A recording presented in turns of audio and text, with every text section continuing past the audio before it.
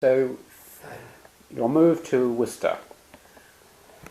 Tell us about your move, the reasons for your move to Worcester and what happened when you got to Worcester. Yes.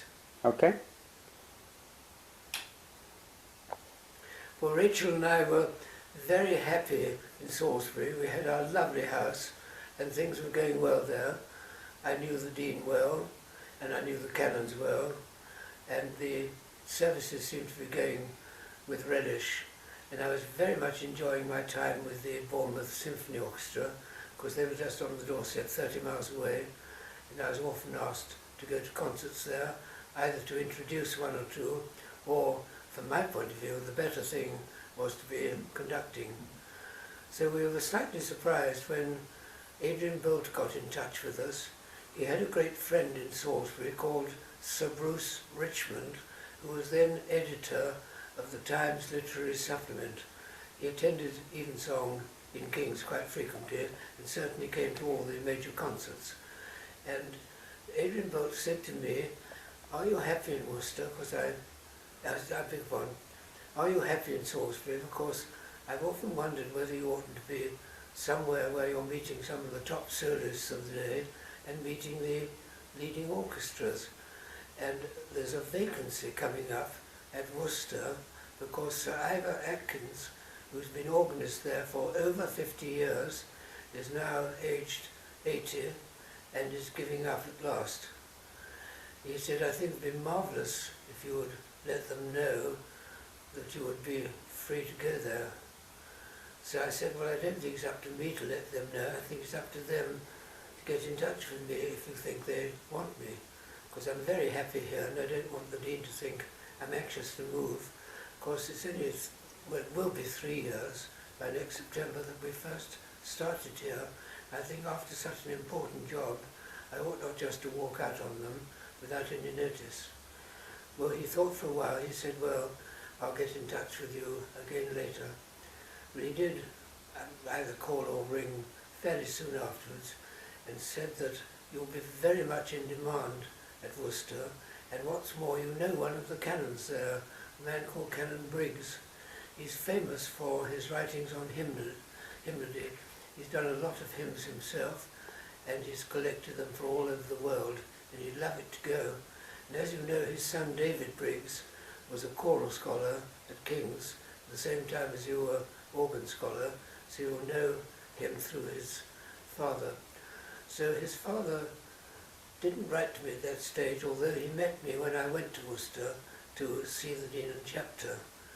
And I arranged to go with both the Briggses' knowledge and was introduced at Worcester to the precentor, who took me in hand and said, "I'd like you to meet the Dean and also some of the canons if there's time." But I didn't really see any of the canons, I think, on that occasion. Of course, it was reckoned that Canon Briggs would vouch for me. Well, they told me all about the job, how Atkins had done very good work over 50 years, but had outstayed his welcome. Some of the singers in the big choir, I'll call it the festival choir, because that's the big choir from the town, which numbered about 250 people, and felt that he was beyond it. He was always a very good person to work on the work, but he never conducted very well, because he got tied up with his hands, and occasionally things almost broke down. I was present once at a three-class festival where he was conducting Mazevich in a performance of Rachmaninoff II, and he miscounted his bars and he beat a whole bar for nothing at the end. Of course, the musical people in the audience realized what had happened, but didn't make any notice. But otherwise he did very well indeed. And I knew him before I got there because he'd been an editor of the Dream of Gerontius of Elgar. He was a great friend of Elgar, of course, and he had his authority to produce an edition. And he also produced an edition of the St. Matthew Passion, which I had used frequently. So when I got there, they were very enticing. They showed me where I would live. They said there wasn't a house in the close where the canons lived because there wasn't a vacancy. So they said, "If you come here, we will put you up, and if you're married, we'll put your wife up as well in a local hotel, where I think you'll be very happy. And it's only sort of, I suppose, half a mile from the cathedral. So when could you start? He said, we'd really like you to start this coming September, if that's possible. So I said it was. So he said, of course, we're going to have to tell Gloucester and Hereford, because you'll be part of a team of 3. The new organist of Hereford is called Meredith Davis, whom you'll get to know very well. He's just about your age. He might be a year or 2 older. And then, of course, there's Herbert Sumption, whom I shall forthwith call John Sumption, because that's what we always knew him. So if I say John, I'm referring to Dr. Herbert Sumption, who was organist of Gloucester and had been, I think, for about 20 years. For many years, the Three Choirs Festival had been unbalanced. Of course, there were 2 elderly organists, Sir Percy Hull at Hereford, who was in his 80s, and Sir Ivor Atkins at Worcester, who was in his 80s, and then the young John Sumption, who was perhaps 40. And so they were redressing it this time by having 2 young organists, Meredith Davis and David Willcocks, and 1 older one, John Sumption. Well, John Sumption was very pleasant, a nice man. His wife was American and very hospitable. And when I got there in September, having taken up my post, he said, your first taste of Worcester is going to be at Gloucester. It's most strange. It seems silly for Ivor Atkins to conduct at Gloucester in, I think it was September then, beginning of September, when he's leaving. So you'll be in charge. He said, what would you most like to do? I'll show you my draft programme. So I saw on the list The Dream of Gerontius of Elgar, which I'd conducted in Salisbury with some success, I think. And also, I didn't know any of the other works he was doing. He said, well, would you like to do 2 Elgar works? It'd be a wonderful introduction to you. Of course, everybody will realise you're going to Worcester, which was so closely associated with Elgar. He was born there and lived his life there, most of it. And if you could do a really good performance of The Dream of Gerontius and another Elgar work, the cello concerto, for instance, is being done with Anthony Pini as the soloist. He said, I think that'd be wonderful for you. He said, I'll give Meredith Davis 2 pieces at his own choosing. So we all meet here, or at least we first meet in London for 1 rehearsal with the London Orchestra, which will be the London Symphony Orchestra. And then you'll come down to Worcester, or to Gloucester, as the case may be, for the start of the Three Choirs Festival at Gloucester. Well, I duly arrived, and I was very lucky to be in a house party which contained Ralph Vaughan Williams and his wife Ursula. At least she wasn't his wife then, she was his secretary and confidential secretary. But his wife was still alive and suffering from a terminal illness. So we had a happy time there. Also in the party was Christopher Finzi, the son of Gerald Finzi, who was also there. Of course, one of his works was being produced. So we had, and Joy Finzi, Christopher Finzi's mother, and Gerald's wife. So we made a happy little party. I think altogether 10 people. And a person called Peter Godfrey was also there. He'd been a friend of mine ever since those days and is now living in New Zealand. Well, we arrived all right, and my task was to conduct the Elgar Dream of Gerontius. Now, knowing Three Choirs rehearsals, I think I was lucky. I was given half an hour's rehearsal. It's a work which goes for an hour and 40 minutes. He said, everybody knows all the Elgar works well. He said, you just do which bits you think are difficult. And you can have also, with the orchestra, you can have about half an hour on the Monday morning, where we have to rehearse all the works for the week in that one Monday. So I looked at the dream, I knew it well, so I said, okay, I'll take it on. And also the, pardon me, and also you can take on the cello concerto with Anthony Pini. I think he will know the piece well. He's been booked for some time, we didn't know who was going to conduct it. So we duly met for our rehearsals, and they seemed to go well. I found Anthony Pini very reliable, safe as house, and I enjoyed conducting that. And as far as the Dream of Gerontius was concerned, was strange, standing up in front of a choir where I suppose 7/8 of the choir knew it inside out, because they used to do the Dream every year. It was only newcomers who didn't know it so well. And when I had conducted the piece in Salisbury a year or two before, I said, hands up those who've sung the Dream before. I was surprised that out of 200 people, perhaps 20 or 30 who'd done it before. So I thought it was going to be quite a lot of work learning it, which I thoroughly enjoyed. But coming now to this other situation where I was the person who was doing it almost for the first time, the others knew it well. I got on well, and some people said it was very much as Elgar would have conducted it. I was relieved about that, because generally when a composer's done it recently, of course Elgar had only died in 1934, and this was only a few years later. So I got through that all right, and the Times, luckily it was Frank Howes, who was the chief critic at the time, gave me a very good review and said Elgar's works are going to be in good hands with Willcocks in charge. I think I might be able to find a photocopy of that somewhere at home. And also, I didn't remember anything said about the cello concerto, except there wasn't anything bad. But they didn't regard everything as equally important. The choral works were considered more important at the Three Choirs Festival. But that went well and made a marvellous start to me. And when I arrived in Worcester, I could say, well, I've already taken part with part of your choir at Gloucester, which was a lovely innings for me. And when I arrived at Worcester, there was Ivor Atkins, by this time aged 80.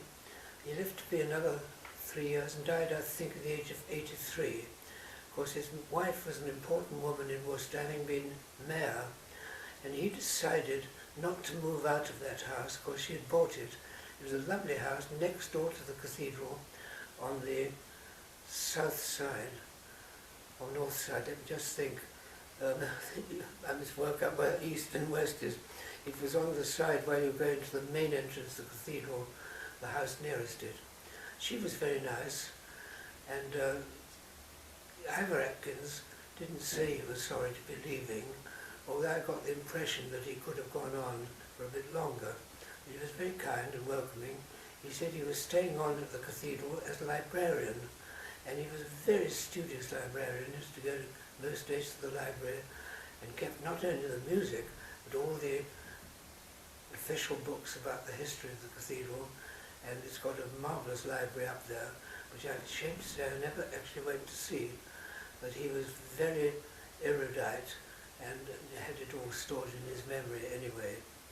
Well, he was very kind to me, and he hardly ever came to every services, but when he did, he generally said, do you mind if I come in the organ loft with you? Well, I wasn't too mind. I knew the music all right. And he used to stand there, but he was always kind about it. He said, that was very nice indeed. I liked your tempo and everything, and I wouldn't interfere if I didn't think you were doing a good job. But thank you very much. And he was very kind, and so was Lady Atkins. But then I got swept into the social things for the day. Every now and again they had a social party for people who were important at the cathedral. We hadn't got an appeal year or anything, but every now and again they had a sort of thing called Friends of the Cathedral who met, and I met a lot of people. We got to know the local doctors, we got to know our friends in the close, or as it was. It was called College Green at Worcester. It's a very life close, bordering the cathedral.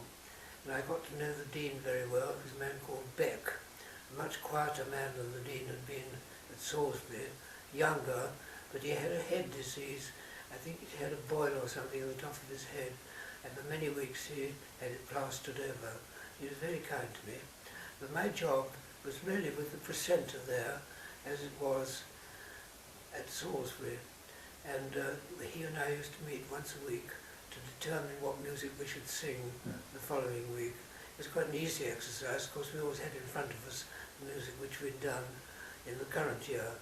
So a lot of years I just copied for the first year most of the music they had done the year before.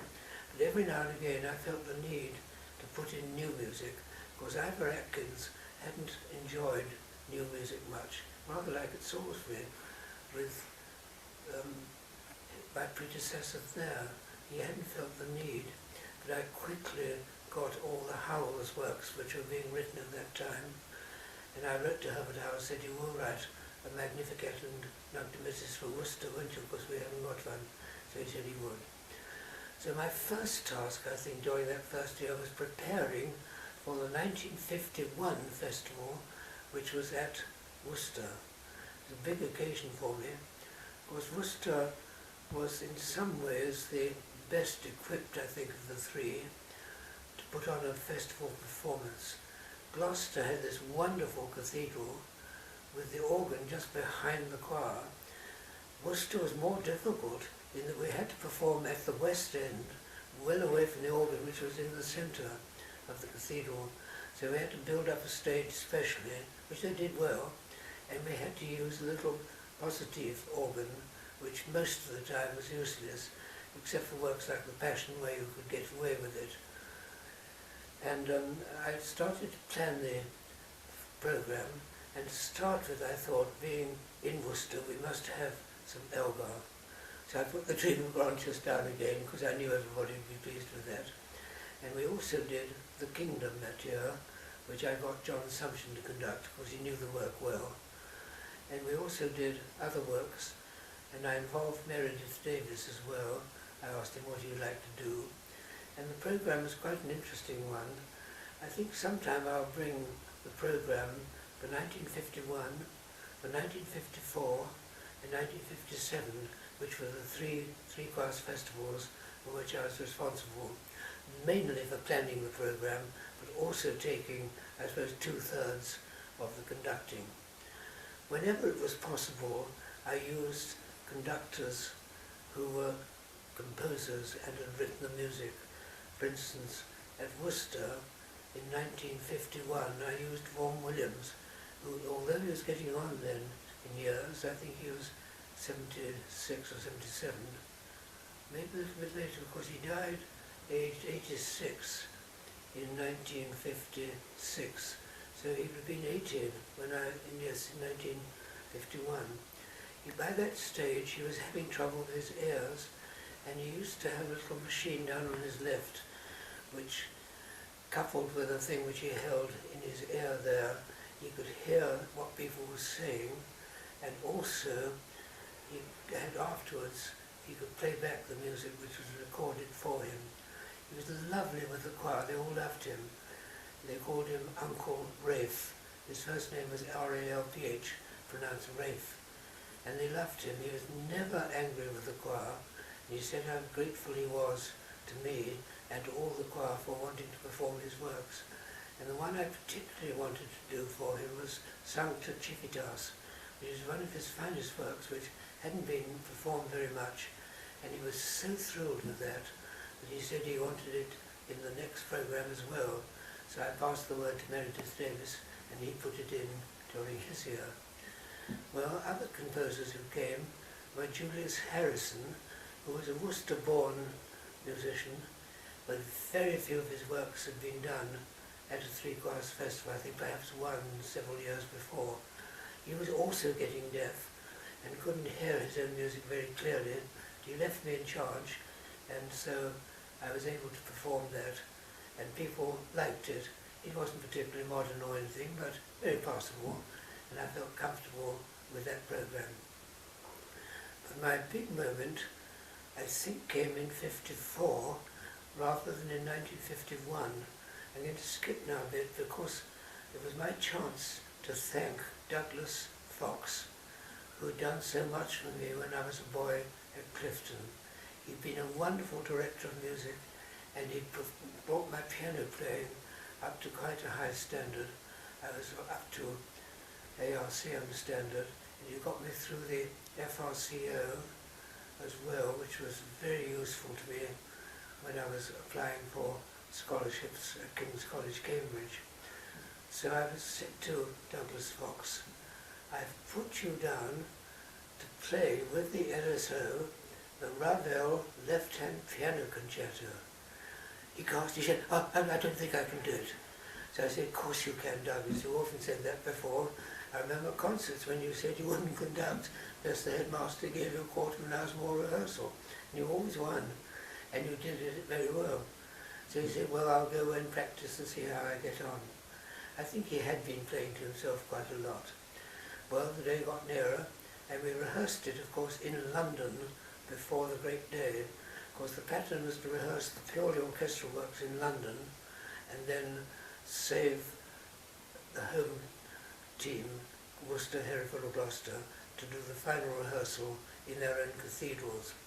But I said, you will get a good rehearsal in London, so you can perform by heart, and then you'll get another rehearsal, although much less in time, down in Worcester, enough to do the work once with a little time. I think you'll find you're comfortable there. So he said, well, I will work at it. Well, he did play marvellously, and that was my big moment for 1954.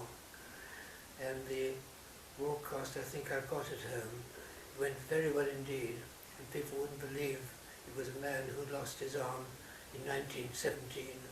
So at long last, I shed my feeling of guilt because I found nothing to offer him by way of thank you, but he was very pleased with that.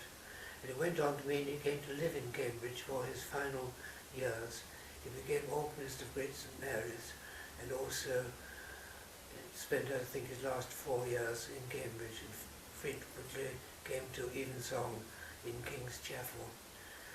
So the years went by there at Worcester. I thoroughly enjoyed the festivals and met a lot of very interesting people. If I could name them all, and the soloists in my first year were Isabel Bailey, who was then the leading soprano, and we had great other singers like Mary Jared, Astra Desmond, and then the men we had, of course, David Gallagher, who went to Australia afterwards, and Eric Green, who was the big person on Bach. He'd been the chief solo singer for the Bach choir in London, and also the basses. We had a splendid lot of basses, including, not this year because he'd retired, but Keith Faulkner, who was to be my successor later in life at the Royal College of Music, where he was director. He'd sung a great deal, but we had people like Harvey Allen, who was a good singer, and other great basses. But sometime I'll bring a list so that I can read them to you, because they make a real roll call. And of course, Kathleen Ferrier had sung at a three-choirs festival, but alas, only once because of her illness. But they had a great reputation, and Emmy Tillett, who was the agent in London, responsible for all these people, said they loved coming to the three-choirs festival. So I said, how much do we owe Isabel Bailey? So she said she's been very generous. I think she's charging you £100, which seemed quite a lot in those days. I suppose that would be £1,000 now.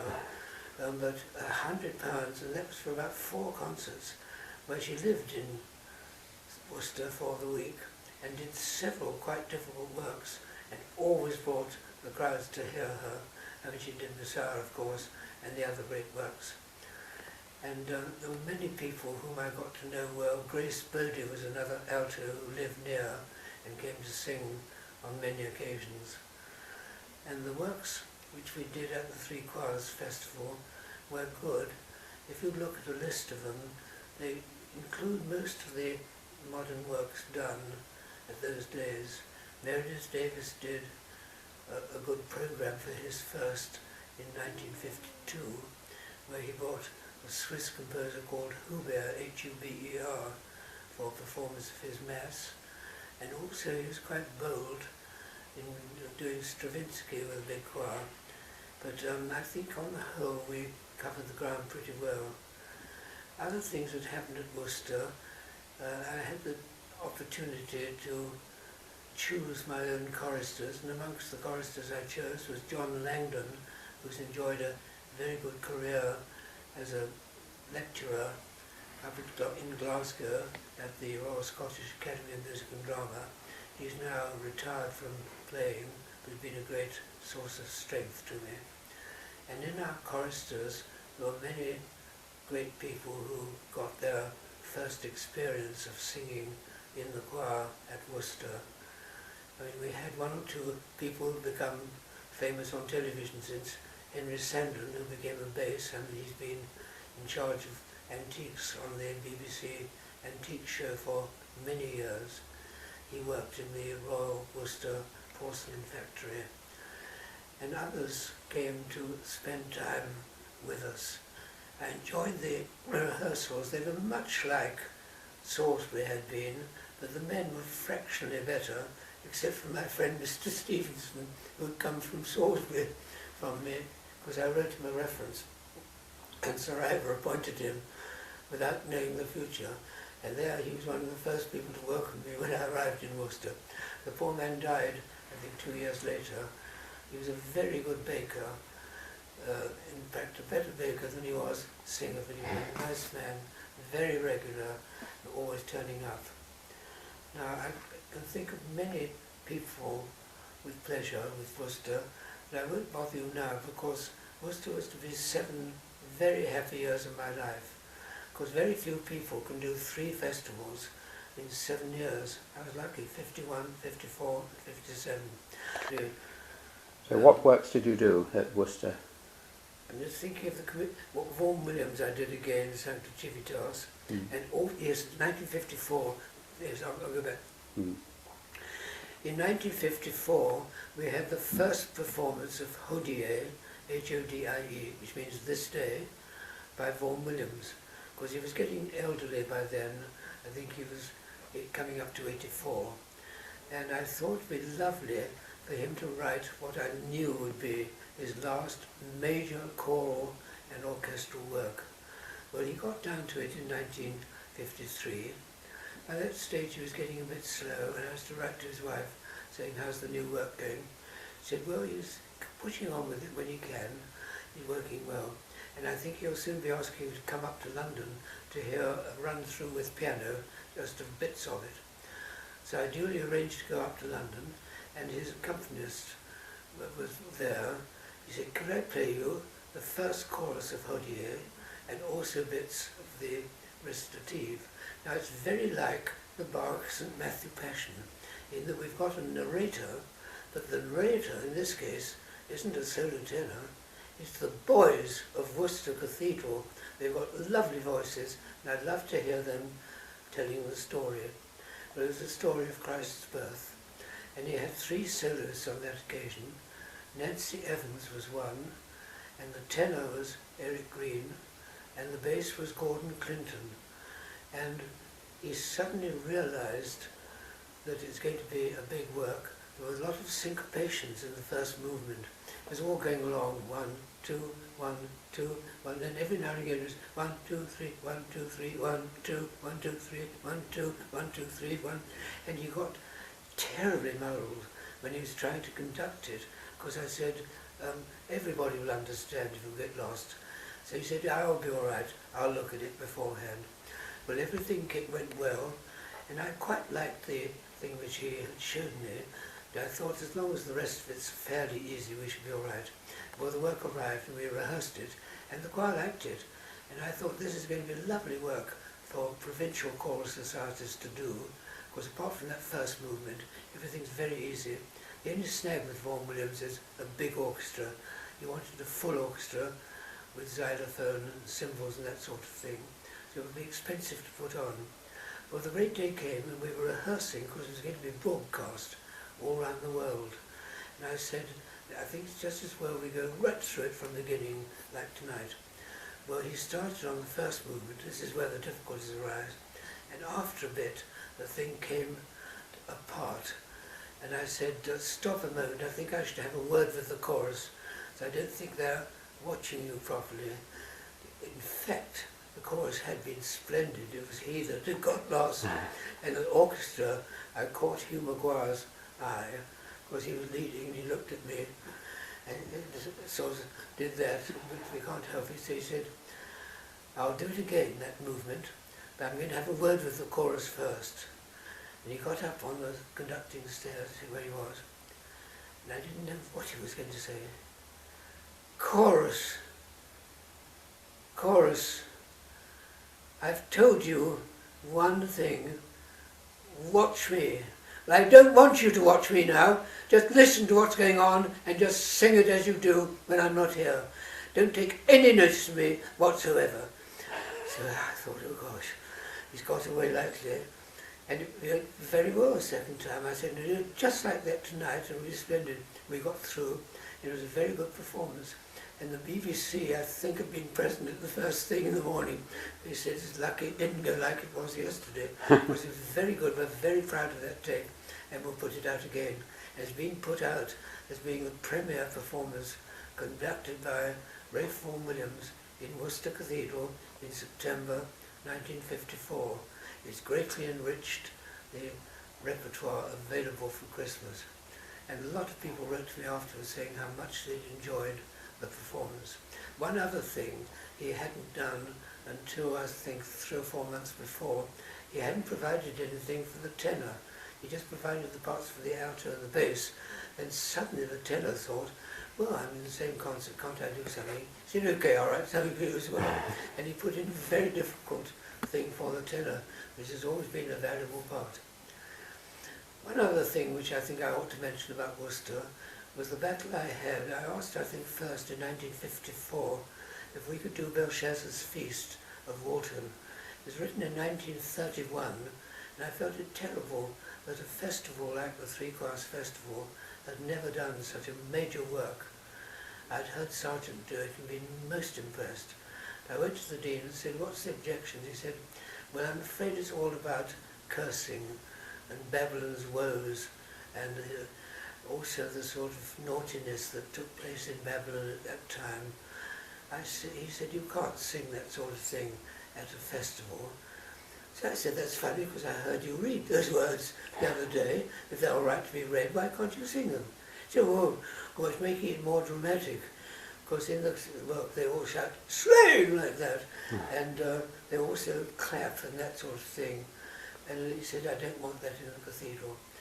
So I got somebody else to write to the Dean saying the only thing they missed in '54 was Belshazzar's Feast, which they thought had been considered.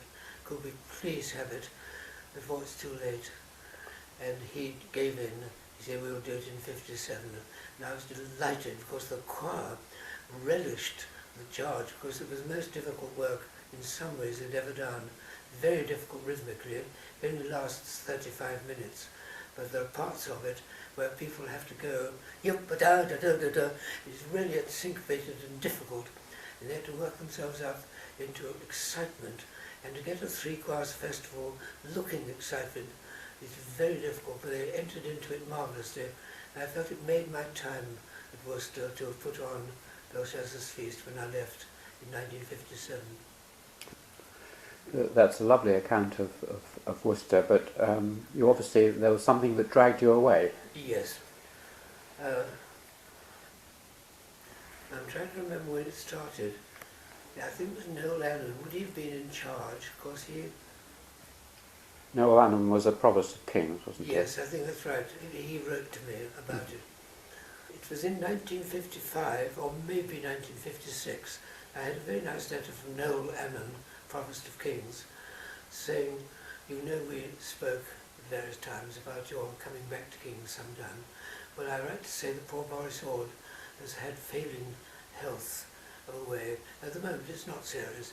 He's able to take the practices, but every now and again he stutters over a word. And the choir feel that he's not what he was.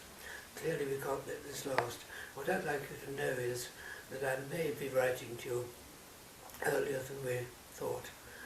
This, if it was 55, you'd say I might be writing to you next year in 56 to alert you to the fact that the time has come.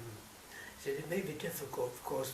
We don't want to sack Boris. He's done such wonderful things during his time. And I think, can you just bear it in mind? So I made a note, because at this time, in this was later, I got invitations from Westminster Abbey to return, but that was after I was safely back at King's, so I'll leave that bit out for now. But talking about King's, Noel Allen said, I think at the end of 1956, I think it's going to be next year that Boris has to give up. He's been wonderful, and his musicianship is as good as ever. His performances left nothing to be desired, but the choir finally occasionally slips now, and I think at a sherry party the other day he fell down because there was something on the floor which he said made him slip. So I think the time's come to consider a change. We want to handle it in a way which won't upset Boris, and I'll just discuss with you how we do it. But we don't want to sack him, but somehow you've got to be here ready to play for him whenever he needs it, and the handover will be less difficult then. It was only later that he devised a very clever thing to make me organist. There had only been one organist in King's ever since the foundation, and what they were going to do was to make me organist, but to create a new post for Boris Ord, which would give him great pleasure, to put him above the organist as director of music at King's, and that presumably meant not only in the chapel, but also in the college as a whole, which he could regard as promotion. Well, that is in fact what happened. When I came back to King's, it was as organist under Boris Ord. And for 1957, September, I was very much like I was when I was organ scholar. He would say to me, will you go to the boys next week on Monday, Tuesday, Thursday? Now we've managed the other days. And then he'd gradually do less. He still took the rehearsals for the beginning of that term, and occasionally he said, I think I'll take one day off and leave you in charge. So right through that first term of 1957-58, Boris was still in charge, and I referred to him as the director of music, as everybody did, and I was the organist. Well then, later that term, it seemed that he wouldn't be able to go on any longer. He had a person called Miss Irene Seckham, who was secretary of the Cambridge University Musical Society, and she came to live in his rooms in college, the beautiful rooms above the arch in the middle of Gibbs Building, and she looked after him very well indeed, but the reports were not satisfactory. I think he did go to see Russell Brain, who by then was the leading person dealing with diseases of the mind as opposed to the body, and he had his best advice, but I think it was that he will gradually go downhill. So it was no surprise to me to be told at the end of December that I was in charge from then on. So in fact, even though I was doing the organist job in 57 autumn to Christmas, he was really in charge, and he conducted the carols in 57, and I played the organ for them. And it was a wonderful time because he was very gracious to me. He regarded me as a colleague and not as a pupil. He said, we will do this, we will do that. And I was immediately made to feel that I was part of the team. So that's how my life at King's started. And Boris then in the next term had a little set, a wireless set, rigged up by a man called Brian Head, who was the senior choral scholar, who took it upon himself to put microphones in the north side of the chapel above the choir, which would pick up the sound and could be relayed to Boris Ord's room. And he used to listen to Evensong every day. And I would go up to see him once a week, generally on a Sunday, after morning matins, and occasionally I'd pop in at other times. And he would tell me that he'd enjoyed all the services. He never once told me that anything was too fast or too slow, because I knew exactly how he did it, and I tried to copy that. And I've never, I can say at this moment, I've never felt the need to change anything that he did. I think under a change of choir master, there is a gradual change as people react to what he wants. But I wasn't conscious ever of saying to the choir, don't do that, that's what Boris Ord did. I always said, do it exactly as Boris Ord did. And I suppose by my gestures and my manner, they soon deduced what I meant. And everything went extremely well. And it went on like that until Boris's death, some months later. And he was delighted to have received a doctorate of music from the University of Cambridge. They were very, very rarely given, and he dressed up in a gown and went to receive it at the Senate House, and it gave very great pleasure to Kingsmen as a whole, because here was Boris Ord, who'd done so much against, I ought to say it, I suppose, little opposition. I'm being perhaps a little unfair to Robin Orr and to Hubert Middleton, who were organists of St John's and Trinity, who had good choirs. But I suppose, compared with singing in King's Chapel daily, that beautiful evensong, it couldn't really be compared. So I settled into King's in January, and my task was made easy by the friendliness which I had from all the choral scholars and from all the choristers. They were very well drilled. They behaved well in chapel, and there was never any sort of business, need we wear a gown, need we do this or that. They wanted to go on exactly as it had, and we went on wearing gowns right through my time for all services, and the boys always changed into their Eton suits for services, and we carried on exactly as though Boris was still there. The first excitement came, I think, after my first carol service in 1958, when I was in charge of everything. And I'd always thought, listening to King's, that it was a pity there was nothing in the way of descants or other arrangements for the hymns. And having O Come All Ye Faithful, Hark the Herald Angels Sing, and to a lesser extent, O Little Town of Bethlehem, and the opening hymn as well, O Come, the first hymn. Once in Royal David City? Yes, Once in Royal David City, sung without any descant, seemed to me right. Of course, it's the start of a service, but I wanted descants for all the others, and I did 3 at that stage, and I said, we'll put them in 1958. And everybody who listened in 1958 said, I loved the service, the singing was as good as ever, but what I did love above everything else were the new descants, which we hope you will always do. So I got encouraged from that to write more descants, and it was that put me on to Oxford University Press. I'd never had anything published before, but I sent for 3 descants and said that they would be done in 1958. So they said, we're delighted. And they said, could you do, instead of just 3, could you do some more? So I said, yes. So I sent them, I think, another 8 or so. And they were very pleased. And the next year they wanted 50 new carol arrangements. I said, I don't know 50 carols. I shouldn't think you'll meet anybody who does. I said, what I'll do 25 if you can find somebody else to do the other 25.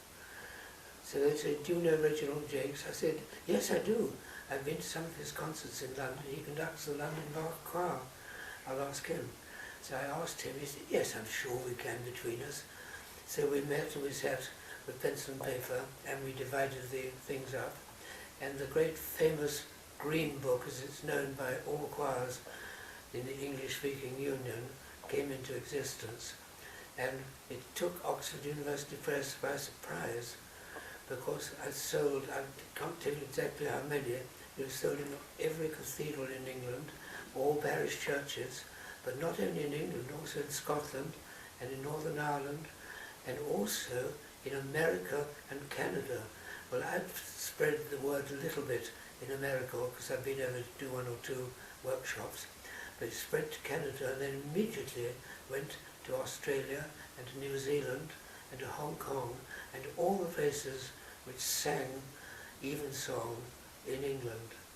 And everybody used to write and ask for copies of the descant. Of course, OUP were absolutely delighted. I believe that it sold over 1 million copies quite quickly.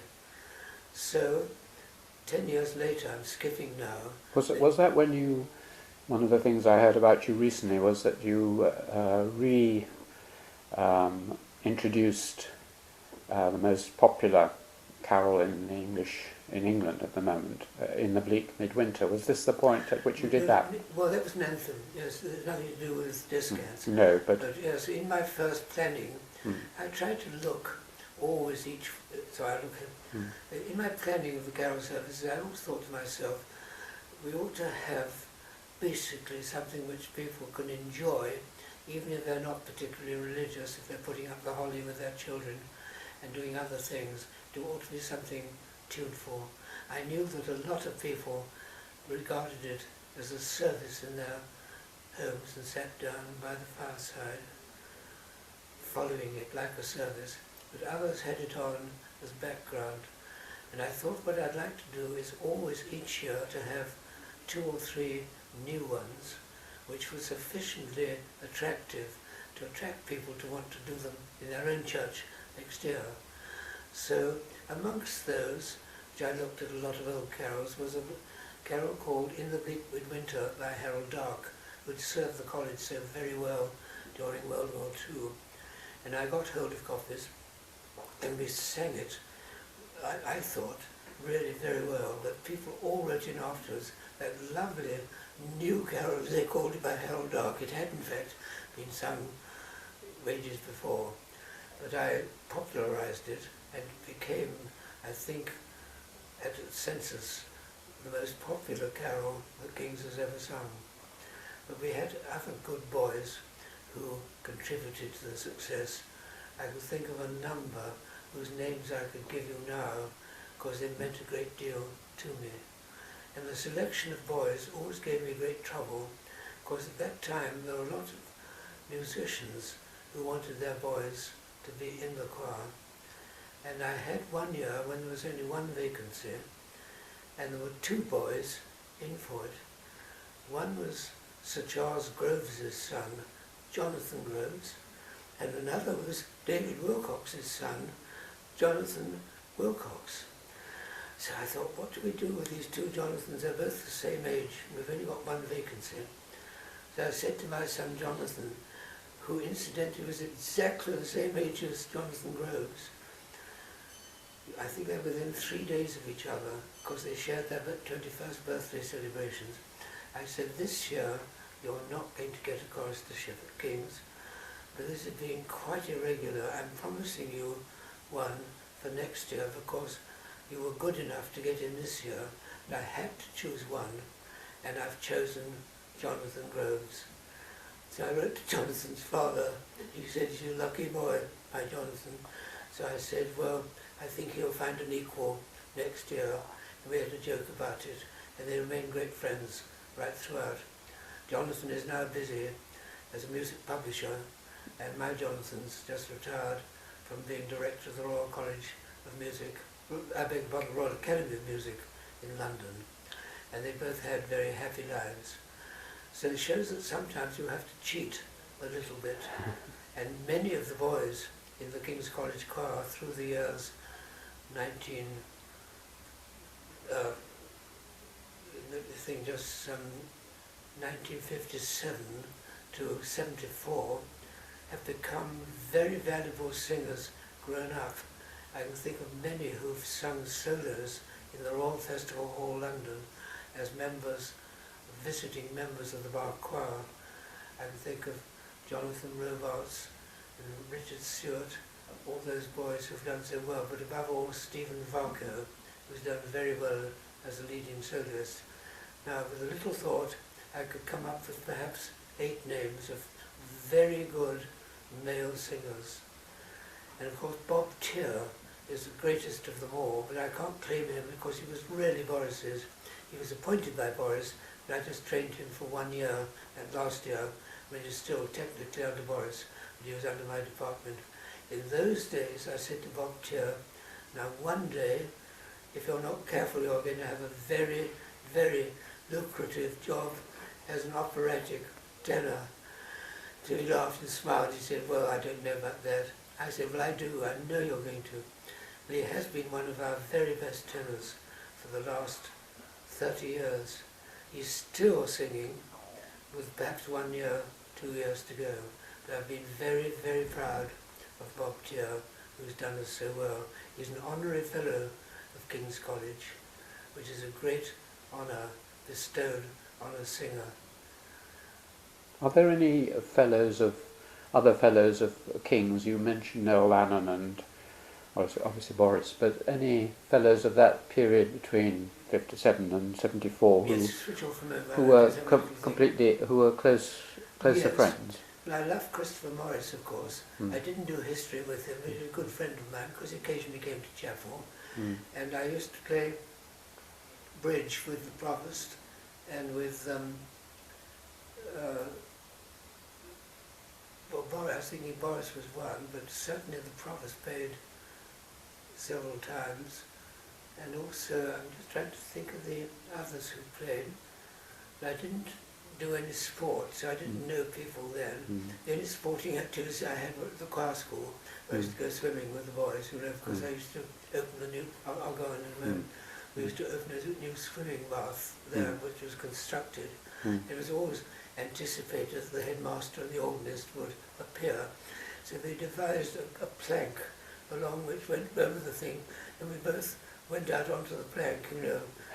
Walked the plank. And had two pillars which we fought, and the loser fell in first. We had that every year, which gave great pleasure to people. And I think that was David Briggs, of course. I'm just trying to think about the fellows that I knew. Dady Rylands, did you know? Dady Rylands? Oh yes, Dady. Well, yes. Well, he was a great figure always. And I went to some of his evenings, you know. And of course Donald Beavis, that would have been earlier, wouldn't it? Yes. He was a great friend of mine when he was senior tutor. And he used to ask me a lot. He had a hat that runs down by the river. I was just clear my mind now and just think back. John Raven, did you know? Yes, John Raven was my favourite tutor of all. He was so kind. He never said, well, have him, have him. And I just say these are the only one I didn't like, merely because he had things in his mind he wanted people to come from state schools. And John Broadbent, I said, we must have somebody, you know, from Clifton or Winchester. You know, they've had all the... Can't you find somebody who's got the gift? You know, so I said, they've all got gifts, but I want to choose the person with the most gifts, the person who's going to blend with the other people in the choir. And I don't want to... Did you know John Seaman? No. He was a physicist. He was here perhaps a little bit later. No. But there must have been people like Hal Dixon. Hal Dixon is a great friend. He used to come to chapel a lot. I see him. I'm sorry he's died. And Dan Brown and Donald Parry and... Donald Parry was another friend. He was vice provost, of course, so I knew him particularly well. And after, you know, as a fellow, I knew him going to his receptions afterwards. What was the atmosphere of King's at that time? Was it a very friendly place, or...? Yes, I think the upper house, I mean, all the people I knew, there was no feeling at all, except I used to just murmur to the deans, I mean, who were Alec Vidler and Michael Till, and say, you may have to put in a good word for me for so-and-so, because King's School, Canterbury counts as a privileged place, of course we want 2 or 3 from there. You know, so he said, I'll do my best. Thank you for warning me. So he did his best, you know, and said it. And you were in King's during what are known now as the events, Yes, 1967, 68. I didn't have any trouble at all in the chapel. They all wanted to wear their gowns. They all wanted to have grace in hall. You know, and they didn't want to abolish anything. And these things they were very against. You know, they were almost, you know, I said, keep quiet about it. You don't get people making fun of the choir because they're staying. Just enjoy it as you would. But don't do anything you don't want to do. And I said, there are certain things, and it's been right to wear a gown in chapel, always. So why not go on? There's nothing wrong with it. And if it gives offence to certain people who don't think you ought to be different, take notice of them. Say, we are different, and be proud of it. And I've centred about pride. I had the thing, I said, our pride can mean one thing, if it's it can be naughty if you're proud of something and taking advantage of it. But if you're proud of being an airman because you fly in a flying squadron, or in the Navy because you're on a warship, or in the Army because you're in a battalion which always leads the attack, you should be proud of being that. There's nothing wrong in pride. If you're proud of having been to a certain school or having been at King's, there's nothing wrong in saying I'm proud of it. So I always fought for pride, that you should have pride. You should have pride in the choir. Did you ever have any criticism or pressure from the next provost, which was Provost Leach, Edmund Leach. Yeah, I sensed he was against the choir, but he was very good. He never tackled me on it. But I just sensed that I'm not going to talk about the choir. Because he changed some of the graces into English and the provost's speech and so on. He was slightly anti-establishment. Exactly. But I never made a fuss of it. I thought it's just not worth getting bored. I didn't like what he did. And I've never liked him, but everybody said he's a very, very good man, so don't look down on it. I said, I don't. And he's doing his job as he thinks it's right. He thinks it's wrong for King's to be seen as a religious college. Because what I did laugh out loud when I heard he'd been to lecture in New Zealand, and on what he was going to lecture, and the man who got up said, I'm very happy today to welcome Professor Leach. He comes from the college which we all know because of their marvellous carols on Christmas Eve. That was his introduction. That was before he started about his own subject. He didn't sort of say, no, incidentally also. He said, this is the reason we've got him. Well, that got back to me from friends in New Zealand, you know. Yes. But I was pleased about that because I felt we'd scored a bit without, it wasn't our fault. Nobody wrote to them. So I didn't like him so much. Glanville I liked very much, although I saw nothing of him much. Very nice. But I thought he was a nice gentleman. When was it that you met John Rutter? Was it at this? I was telling you, that's very good for me. This is when I did the choirs in 1958. Yes. You see, when we were looking for somebody to do book 2 with me, they said, we'll leave you to come up with somebody if we find somebody. This was book 1 had been done with Reginald Jakes, which did very well. Then he died, so he wasn't available. So they said, we must have somebody to do book 2 with you. So I said, well, and they knew I knew Britain very well. They knew I knew Walton very well. I knew Finzi very well. I knew all these great Tippett. None of them could have done that job because it would be too difficult, too fussy. But I said, I've got just the right person. They said, who is it? I said, you won't know his name because he's only a 3rd year now. He's an organ scholar at Clare. So they said, what's his name? I said, John Rutter. They said, no, never know him. I said, they soon will. In 10 years' time, if you mention the word Rutter, they'll think, oh, he's with Oxford University Press. I said, it'll be your big scoop. He'll be one of your best sellers. So they said, well, you'll be sharing royalties with him, you should know. So I said, I trust him completely. Well, then I've always kicked myself over this. It's too late to do anything about it now. But they didn't pay me properly for Carols of Choirs 1, because that was my first job. They said, you're lucky to be doing it. And they didn't pay Jakes either. I think we got £200 or something for the whole thing. So they said, we'll see that you're well treated if you ever do another one. So when we were doing Carols of Choirs Volume 2, they said, now you can have 2/3 of the royalties because you're well known through this well book and you ought to have 2/3, and John Rutter can have 1/3. He's very lucky because it'll be his first publication to be in on this growing thing. So I stupidly said, okay. So right to this day, I've had 2/3 of the book. It hasn't done as well as book 1, but you know, I've seen John Rutter's been going up and up. I haven't worried.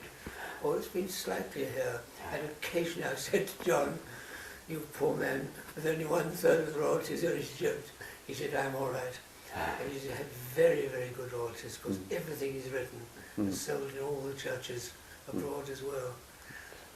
How do you estimate him as a musician? Do you think he's a... Very good indeed. But he's overlooked because all the great musicians, they think he's very clever, but they think that he does the easy way because all these choirs love him, and village choirs and children's and schools. They all And love in him. America as well, you say? Oh, yes. And Canada. And in fact, he's more popular in America and Canada than he is here, because they look down slightly.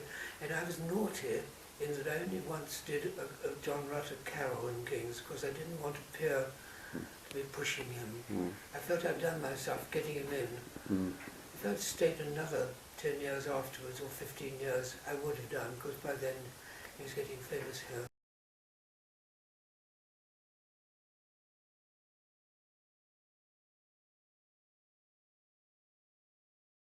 Something about the recording explosion that occurred after the war and its relation to Kings. I think I was very lucky to be here at a time when the long-playing record was coming in. In fact, before that, with the EPs and the long-playing records, I had a wonderful time in that the record companies all wanted a really good record of King's Choir. And I think it was through the records and from BBC broadcasts that the choir became really well known, not only in England, but throughout the Dominions. And I was very lucky in that the first ones, which everybody wanted, of course, were the Christmas Eve carol service. And I was in a good bargaining position because I said to record companies, everybody wants that one, but nobody wants to do other things. I'd like to do some Bach and some John Blow and some other people that are not generally thought of. So they said, okay, we'll do a deal. We started with the Argo Record Company, which was part of Decca, and they did very well out of the Festival of Nine Lessons and Carols, and they asked me to do several things, and in fact they were in charge when we got a prize for doing Haydn's Nelson Mass, which got an international prize. We had very good foreign soloists for it. And then along came EMI, and it was partly an accident really, because they said, could we do some Christmas music with you? And it got back to Argo that they were going to do a Christmas piece, as though they were going to do another take of the carol service. And they said, no, you can't do that. I said, we can do what we like as long as we don't record something we've already recorded for you. So they looked aghast because they thought there was going to be competition. And there was competition because EMI were provided to put out a lot of money to provide an orchestra for us, which opened up the possibility of doing Bach records and Haydn records, Handel records, and it opened up a big vista, because not many people were doing broadcasts from cathedrals of that sort of thing. And when you compare cathedrals with the adults in England, the absence of vibrato in the cathedral sound made them immediately pleasurable, and most people preferred the sound of the King's College Choir with an orchestra like Neville Mariner's fine band, which became so well known. Academy of Ancient Music. Yes, Academy of Ancient Music. They were so responsive and good, and we sang a lot of carols for Neville Mariner because his son, Andrew Mariner, was a contemporary of my boy in the choir, so we had 3 conductors' sons singing. And Neville Mariner has often said, if only my orchestra could play as well as the boys and kings sing, I should be pleased. But he was always very, very modest about his own attainments, because he'd been one of our top conductors of orchestral music over many, many years. Another one you mentioned, I think, was David Munro. Yes, David Munro was active in Cambridge in quite a different sphere. He was a person who was interested in early music, and he had a collection of early music instruments which he demonstrated to Cambridge people. I only consulted him over very small little things. If I were recording a mass by Wilby of that period, if there was some optional thing, like a decoration in a line, I should consult him what he thought would be rest. But he was nice to know that he was at hand should I have any difficulties. Similarly, it was useful having in Cambridge Professor Dart, who was Professor of Music here.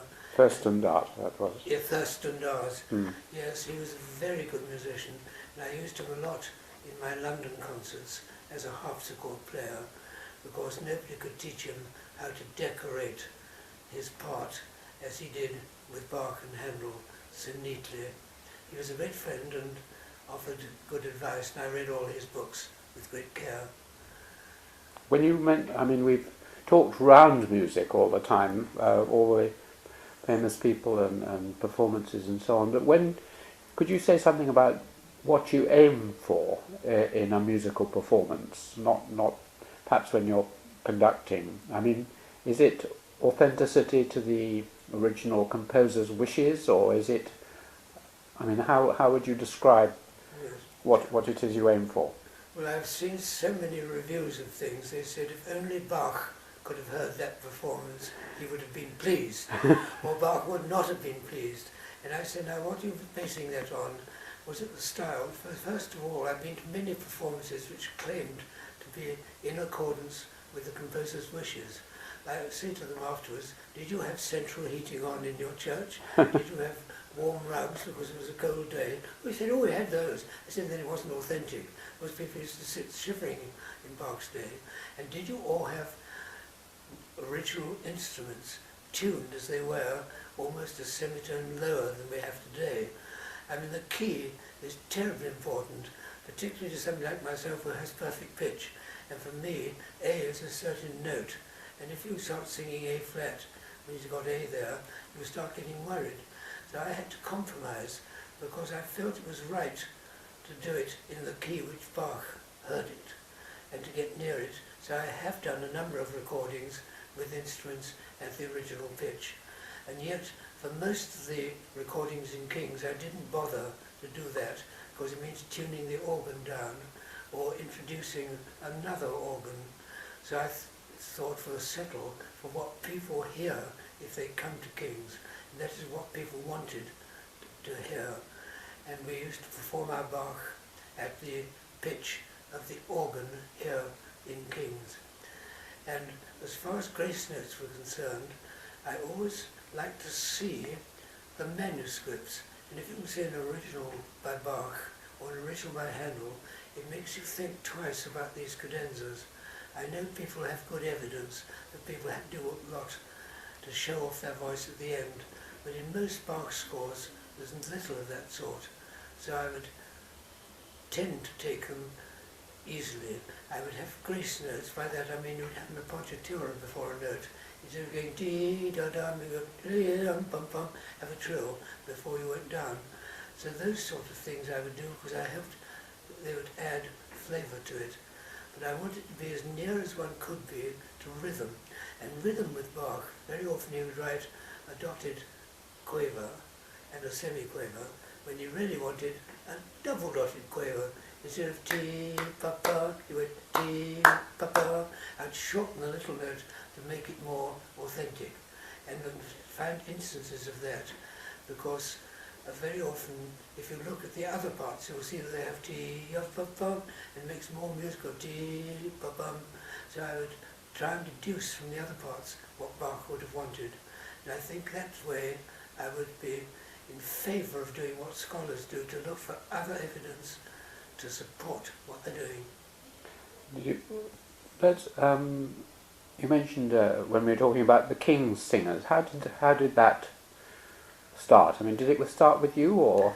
Well, it did start with me, but it didn't end with me, because they went on.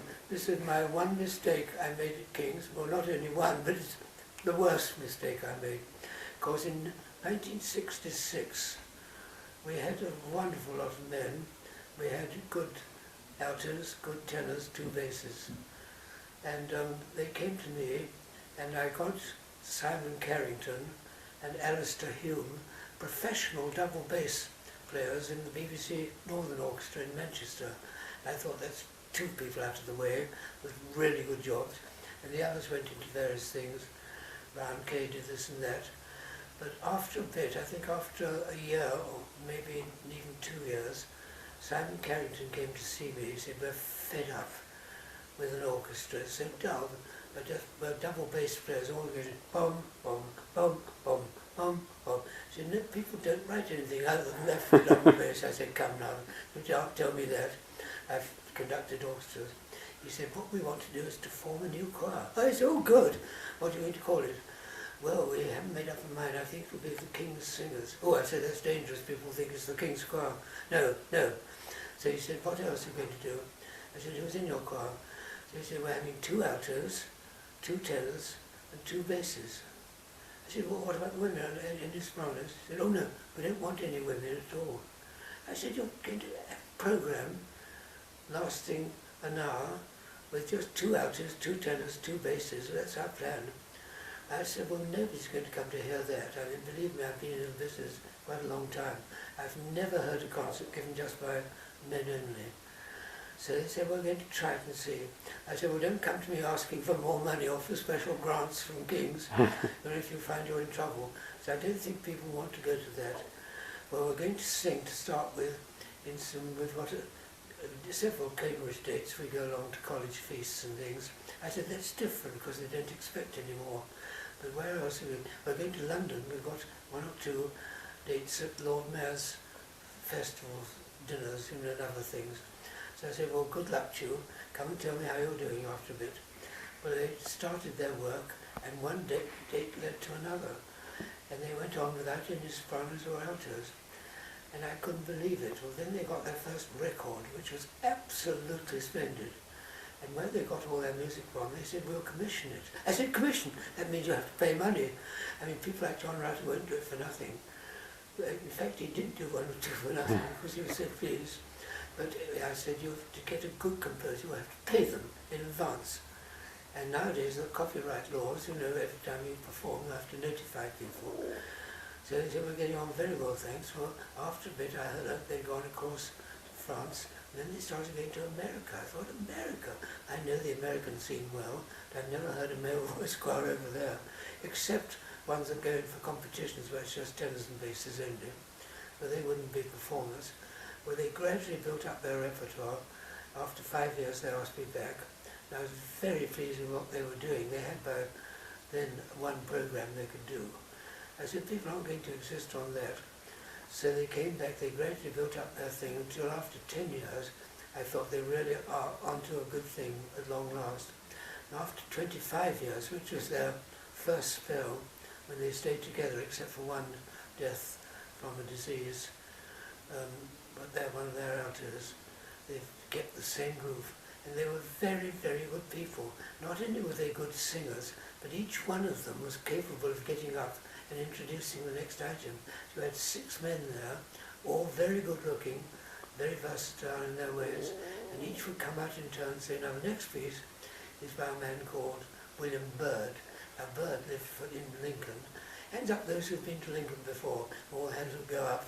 They were very good, and they'd be concise and always to the point, and the audience would be roaring with laughter before their next piece. And I thought, well, they've really made it. And I think they were basing their work on the swingle singers, who were exceptionally good, but they had women like any other choir. And I said to them, now whether you want to do a double choir motet by Bach or by Brahms, I mean, what will you do? He said, well, we won't do those pieces. And I said, well, it's your loss. But they won, and then they've done better than any choir I've known of amateurs, if I call them amateurs, because they were so professional in their approach, and everything was done carefully.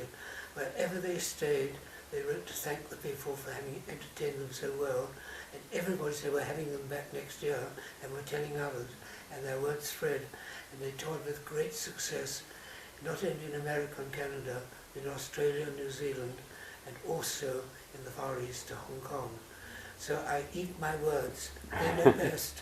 You can't argue with really gifted young men who can speak well, they can sing well, and they can plan their programs well. That's a lovely story. Yes. But tell me about the other choir that you've been associated with. I'm not sure it was just after this. The Bach choir. The Bach choir is one of my main choirs. From 1960 up to 1998, I was musical director of that choir, and I loved it. Is it a Cambridge choir or no, London? It's London. London Bach choir. And they meet in my day it was every Monday, which suited well because it was the one day when there wasn't a service in King's. So I didn't actually miss anything at King's. And they were a big London choir, which was started by Otto Goldschmidt, who was a pupil of Mendelssohn, who was married to the wonderful soprano, his wife, who had an international reputation. And they were formed by Otto Goldschmidt in 1860s to give the first performance in London of Bach's Mass in B minor. Now it's extraordinary that a work of that magnitude should not have been performed in London complete. Some people have done part of it, they've done just the Creed or just the Kyrie, but nobody had done it. And Otto Goldschmidt had some money behind him, and you got these singers. They were largely members of the royal family, the early group. I think there were about 30 of them or 40 of them, and they rehearsed and gave their first performance in St James's Palace to great applause, and they decided then and there that they would go on for another season. Another season has meant another 140 seasons, because they've been going strong ever since. And they are a wonderful choir. I inherited them from Reginald Jakes, who was my partner in Carrollson Choirs 1, and he brought them to a very high regard. And every year, things which people looked out for were the two performances of St Matthew Passion, originally in the Royal Albert Hall, but more recently in the Festival Hall. We had the top singers performing with very good orchestras, and they also did modern music, and I was very lucky in having a free choice. I was appointed by Lord Dudley Gordon, who was the general manager when I was appointed, and he had David McKenna, a very well-known Cambridge man who earned his living by being director of British Railways. He was responsible for the southern region. He was a wonderful musician as well as a good technical man with timetables and that sort of thing. But he convinced me it would be in my interest, and I had heard the Bach choir as a boy, and when I was growing up, because they were one of the leading choirs in London. So it was a great joy, and I carried on with that tradition for 38 years of real bliss. I made many friends from them, and many people sang in the Bach choir on their way to professional careers. I can think of many people who are now famous soloists who had 2 or 3 years with me in the Bach choir learning their notes. Because I always used to tell young professional soloists, you must be able to sight read well. You've got to be a part of a team. Because when you're singing a solo part in a Bach cantata, the people will look to you to see if you'll do the same things as they do, clearing notes, making a crescendo when it gets quicker and that sort of thing, and all the dynamics of phrasing and balance. Because so often I've had 4 soloists for the Verdi Requiem who've been splendid singing their own individual lines, but when they had to sing a chord together, the balance wouldn't be right. The tenor would be too loud for the soprano alto and bass, and you have to adjust that. And a person who's been in a choir will automatically do that. They'll think the whole time, is the balance right? Am I phrasing like the others?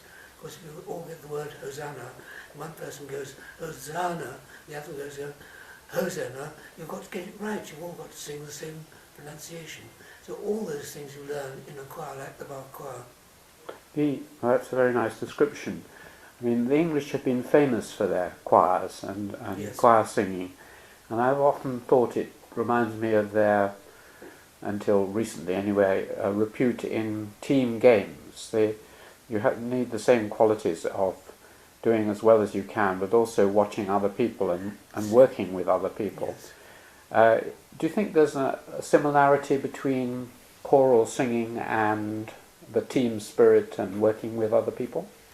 Very much so. I'd say people learn so much from others, and sometimes people ask me, they sit back, say, you've been in conducting now for 50 years, could you just tell us some of your secrets? I say, I've only got one secret. They say, what's that?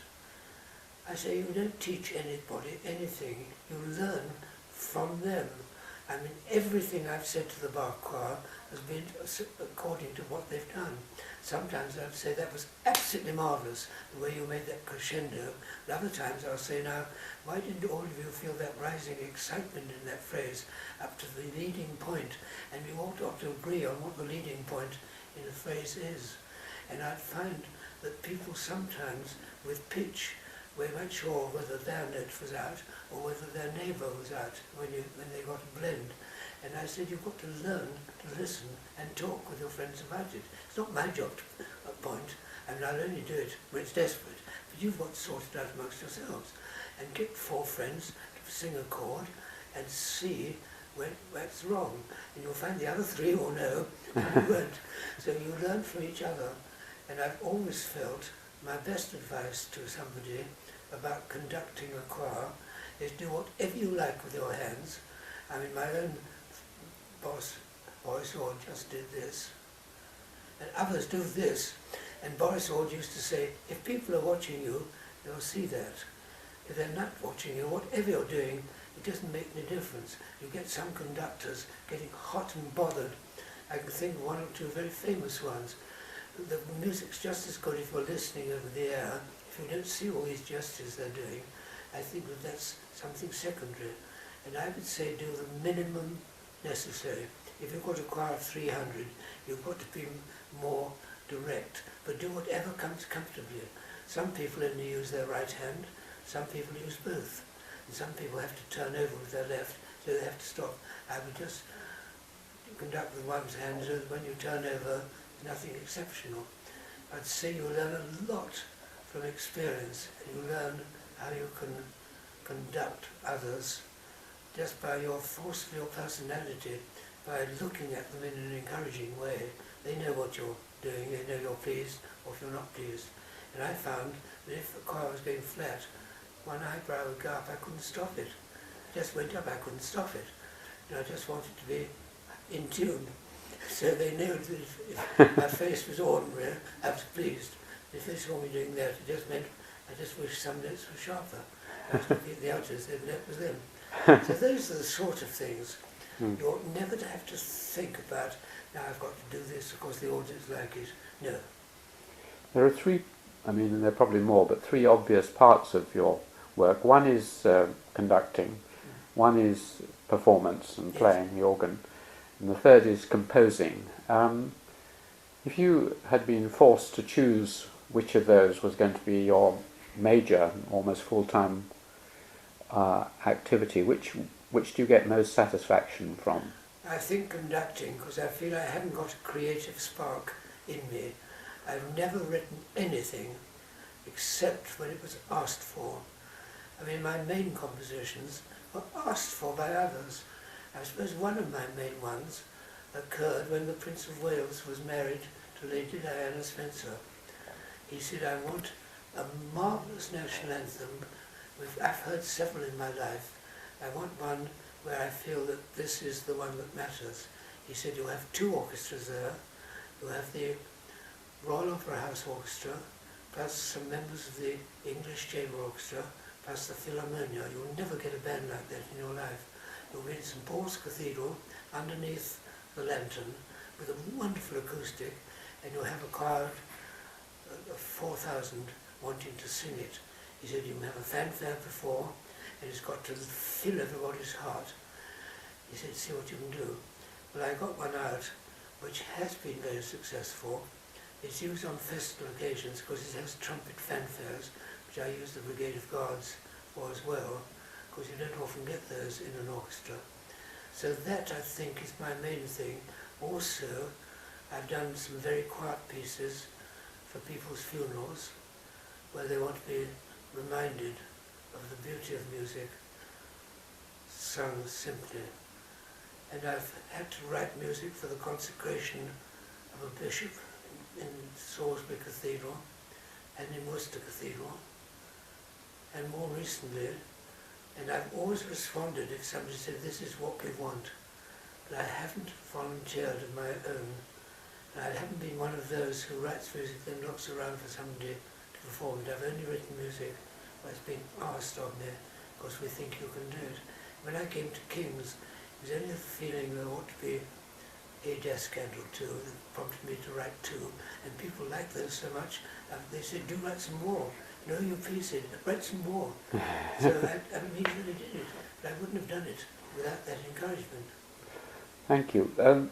Let's move on to the last major part of your life, or at least it's not the last because you've done many things since, but your move from King's to the Royal College? Yes, Royal College of Music. Yes. How did that happen? And Well, it happened in 1974 when I'd done 10 years at King's. No, I'd done more than that, 17 years at King's.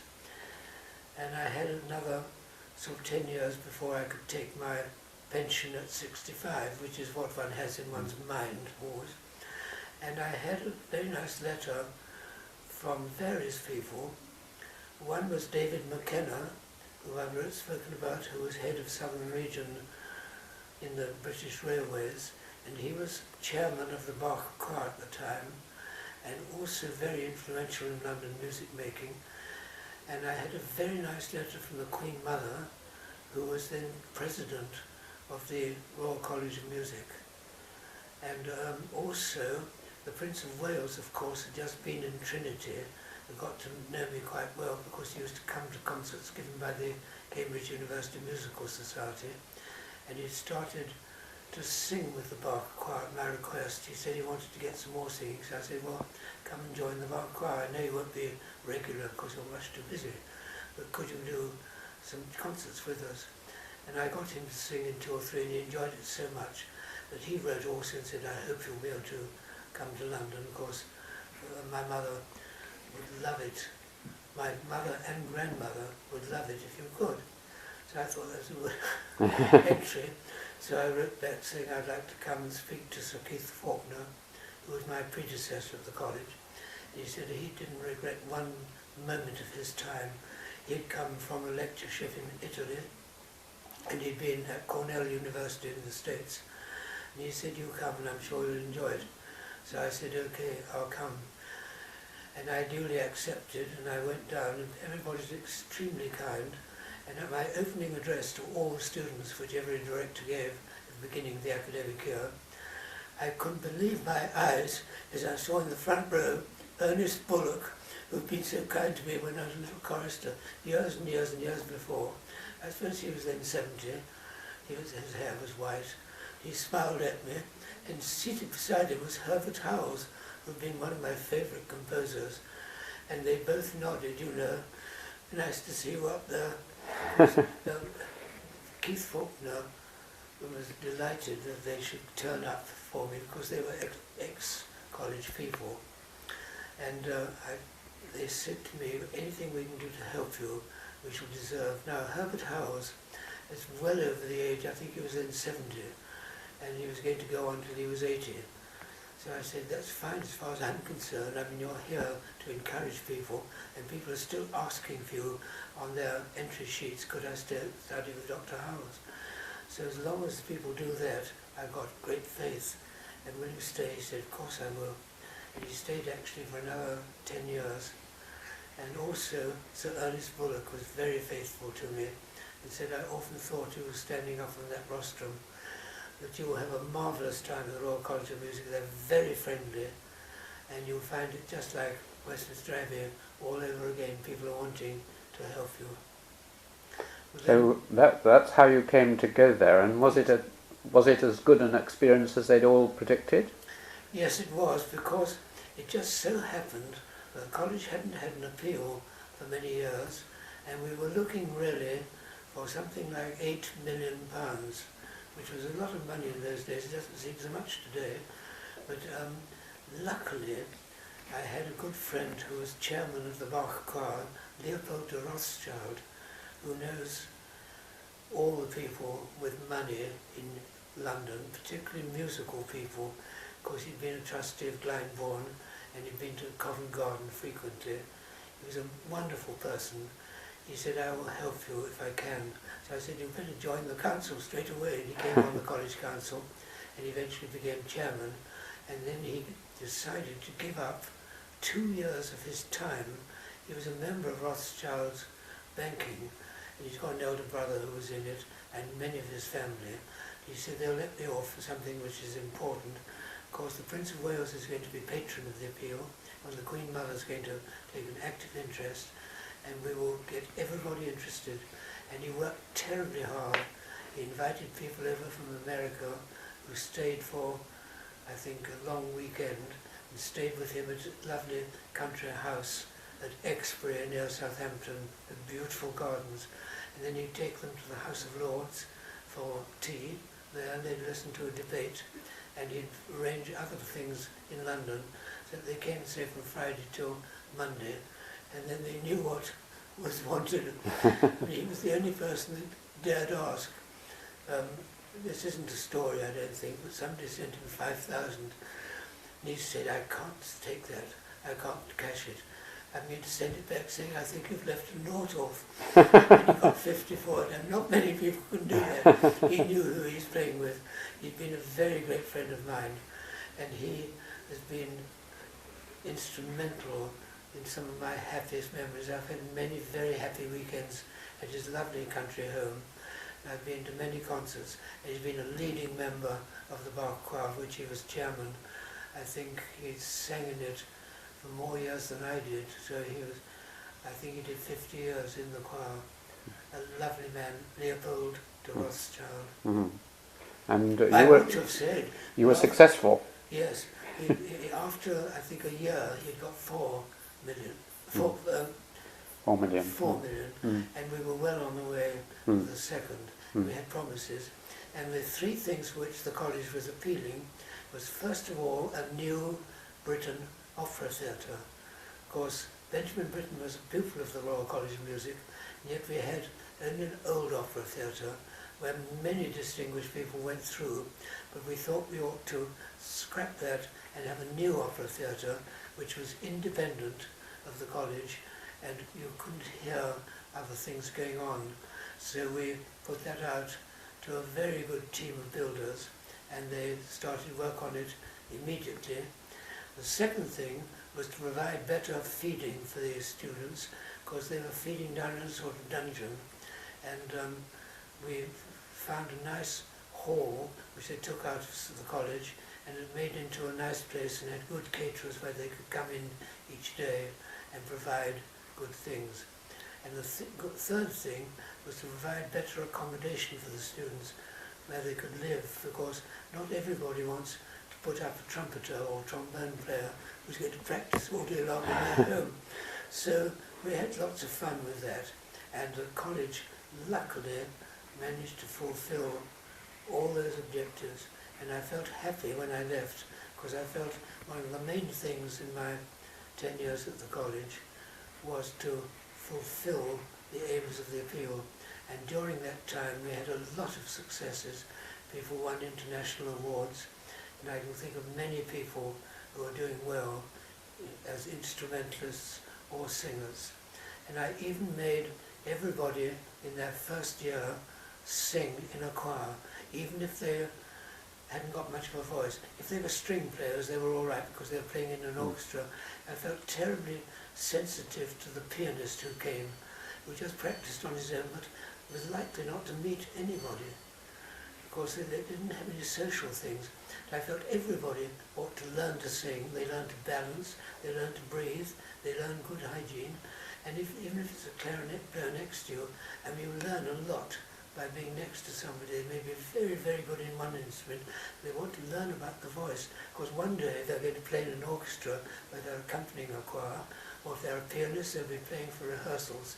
And they've got to know that people have to breathe, they have to take time off, and they have to they've got to give time when they breathe, and they learn all those things, and they were all very delighted.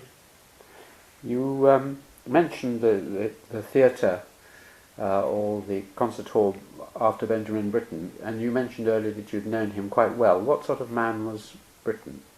Well, I liked him very much. Not everybody liked him because he was very direct. I mean, I got on well with him, particularly being at Cambridge at that time, because Ben Britten always liked to have his music performed close to home. Well, his home was Aldborough, where there were no facilities really except a lovely concert hall, and he always used to ask the Cambridge chorus to sing any of his new works. I can think of a lot of works which we did for the first time in the Maltings as part of the festival. It was wonderful for people coming up as undergraduates, perhaps reading modern languages or history or economics, getting that relaxation every Friday evening preparing, then Britain coming to take the final rehearsals, then going over to Aldborough to perform. and many people think it was one of the highlights of their time in Cambridge. He was very, very good with our orchestra as well, because he understood orchestras thoroughly. And he would always sort of say to the strings, anything uncomfortable, let's alter it now, before it goes to print. And also he asked me about chorus parts, and I never found there was anything to change. He had a wonderful ear for balance, and I was delighted to work for him. Now the worst thing that could have happened, we were going to give a performance in the Maltings one day, and we were all in our coaches sitting in Cambridge, just ready to drive off, when at 8 o'clock in the morning we heard that the Maltings, as the concert hall at Albury, burnt down in the night. So we quickly rang through this, and yes, it's true. I'm afraid it's out of commission for a whole year. But Benjamin Britten presents his compliments. He says he's putting it in the hands, he doesn't know which builder yet. It's going to be a builder who will have it ready a year from now. We'll mark the date in your diaries now. We're all invited. That was our big moment. Of course, we went back to the date on there. A year later. It shows that he was a stickler for detail. He wouldn't let anything pass. And it had to be exactly as he wrote it. He said, I don't want you altering anything because you think it would be better to do this or that. He said, I've written it and I want it done exactly as I've written it. That was quite unlike Vaughan Williams, who always said to me, if you find anything mine not uncomfortable, alter it. You know better than I do how to compose. He was very modest. Britain was just the opposite. Had to be like easy. He said, if people didn't do it my way, I'd rather they didn't do it at all. Lovely. Well, we got to you at the official retirement age of 65 and ending that official job, but this is now 24 years later. Yes. And you've been enormously active during that time. Tell us something about what you've done in those 24 years.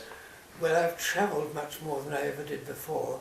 I did a lot of festivals, which are generally 3 or 4 day things where you work towards a career, where the choir and orchestra have learnt something, or maybe the orchestra have to wait till you come, but the choir's been working. And I've been to, I suppose, 20, at least probably 20 or 30 American cities. I mean, New York, Washington, Dallas, and Cincinnati, and places all around Vancouver, and I'm counting Canada now, and Toronto, and right to the west in Canada, in Newfoundland. They've got a very good society there, and they've enabled me to receive an honorary doctorate in music from universities, which I've got a collection now from Westminster Choir College, from Toronto, and others, which Victoria, right out in the west of Canada, and also from Canadian universities, from Victoria again, and Toronto, and the Far East Memorial University in St. John's. They've been a great pleasure going to conduct people, and I get asked back again as I'm a fellow of them. And I've enjoyed that, and I enjoy also, I don't enjoy lecturing as such. I mean, I sometimes give a talk about some particular thing if we're doing a particular work. If it's maybe Bach's Mass in B minor, I might talk to the choir for 20 minutes or 15 minutes. I've never enjoyed lecturing, and when I was a lecturer at Cambridge University, I just did the minimum necessary, because I felt my main task was to enthuse students. Did you do undergraduate teaching at all? Yes. You did. Did you enjoy that or find it? I did more harmony and counterpoint with their writing, my correcting it and saying. I didn't actually lecture them in that, because I felt they can read books. I said, people have written very good books on what I'm talking about. Go and read those books. Now, if you're talking about Bach, and you mentioned 3 or 4 books you ought to read, which will give you more than I can tell you. And I used to tell people what books they ought to read, but I didn't do myself. I've enjoyed talking in other ways, and while I've been in England, I've taken on the chairmanship of a number of things. For instance, the National Federation of Musical Societies, which is all concert-giving bodies, adults, they're amateurs, all of them, and they need a body to regulate them, to make sure that we're all obeying the same sort of rules about copyright and all those things. And I've also been chairman of the Musicians' Benevolent Fund, which is Britain's biggest charity for people who have been employed in music through their life, and either through illness or old age or some other reason need help. And we've helped a lot of instrumentalists who've lost use of their arms or something, but more especially those who through age have experienced difficulties. Of course, there are tight rules, and sometimes it's terribly difficult to decide. Luckily I'm not on the decisive body, because I'm chairman of the whole thing, the council, and we only hear the thoughts. But I mean, the body has to decide whether a woman who's been in a music library marking parts, now is she a musician? I reckon she is. If she's marking parts which can be used by a musician, she's just as important as the person playing the piece. So there have been arguments of that sort which I enjoy, because I feel I'm old enough now to intervene, if that's the right word, or to give a judgment on certain things. And also other things I've been chairman of, which is helping people.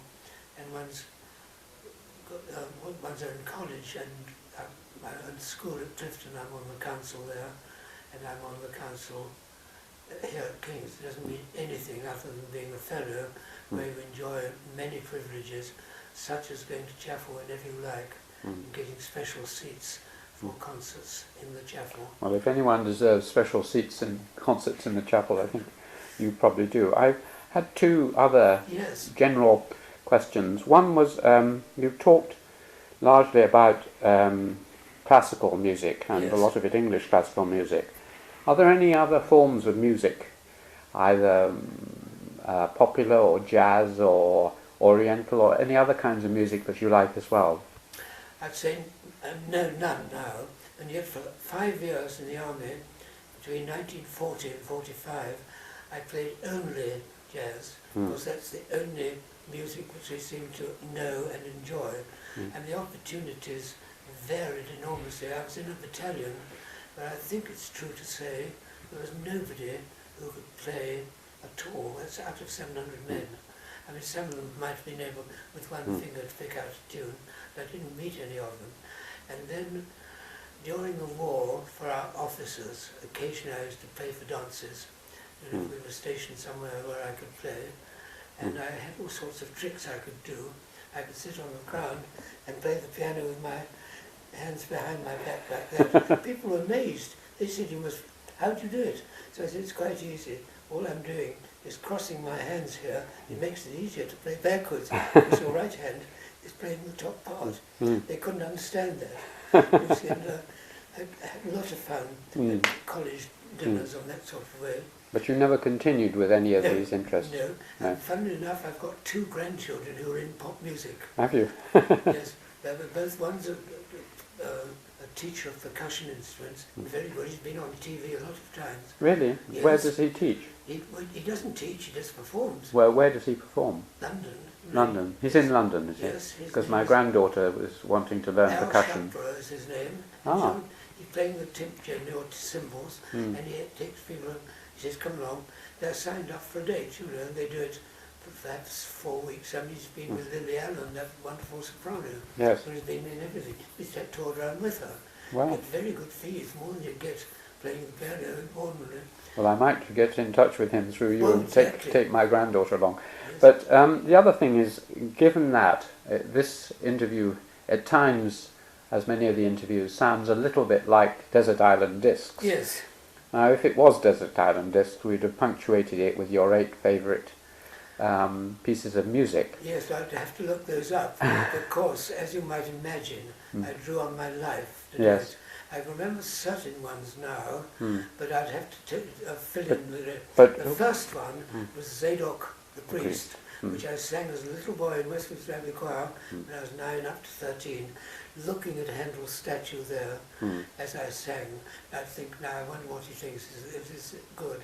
And he'd wonder whether the Abbey Choir was as good as those wonderful choirs he had in his day. That was my first piece. Then the next one was the Ravel left-hand piano concerto, paying tribute to Douglas Fox, who taught me between the age of 14 and 18. And that's a wonderful record.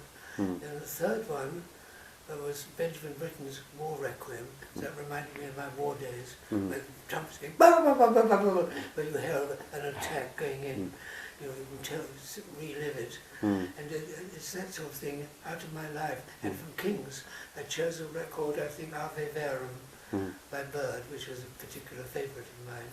Mm. And then from, yes, for Salisbury, I still took a song, because I could hear the tenor, you know, who I got rid of and sent to Worcester.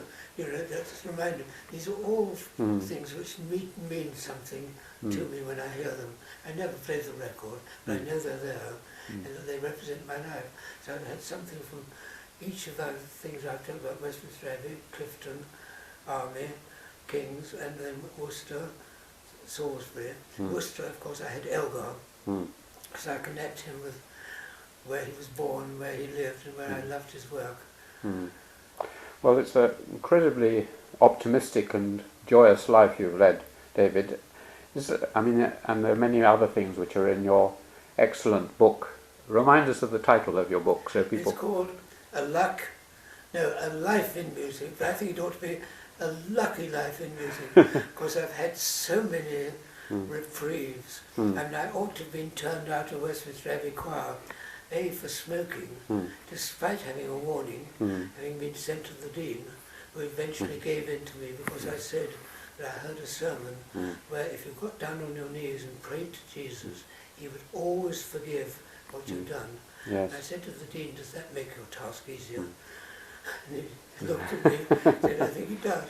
Well, then I ought to have been turned out of the army for disobeying orders when we were told we must not use our truck using army petrol on anything other than army business. And I had to drive these wrens, lovely ladies, from Newport into Ventnor late at night, because otherwise they'd have been thrown out because they had orders to be back. They were very intelligent girls. But I ought to have been thrown out of the army. It's two things. Well, every time something's happened, and when I fell down into that laundry basket at Westminster, it's been lucky. And then also, I mean, my first year at King's, when I came up in 1939, I knew I was going to be called up any moment. I was allowed to take part one of the music of the Must Be. Nobody had ever done that, except being a postgraduate, because the postgraduate degree I was allowed to do part one. I did so well in December that I was told I could do part two in May. I thought, what on earth do I do? And I was allowed to take part two and then keep quiet. And I've never told anybody about it till the last fortnight, because I thought it ought to go in my book. I'm going to verify the figures, and with your help I'm going to ask the librarian here if he can show me a copy of the letter from John Shepherd, where I think he put in the class that I got, or anything he said you've passed, will you go on and do it? So you've been extremely lucky, but you've also been extremely talented and well, I've hopeful. been lucky, that's the main, I've been lucky first, because I mean that was a wonderful thing to get out of the way in your first year. So when I came back I had a free choice, I just had to do a degree, and I took the easy one, contrived for people who'd been in the army and hadn't got any brains.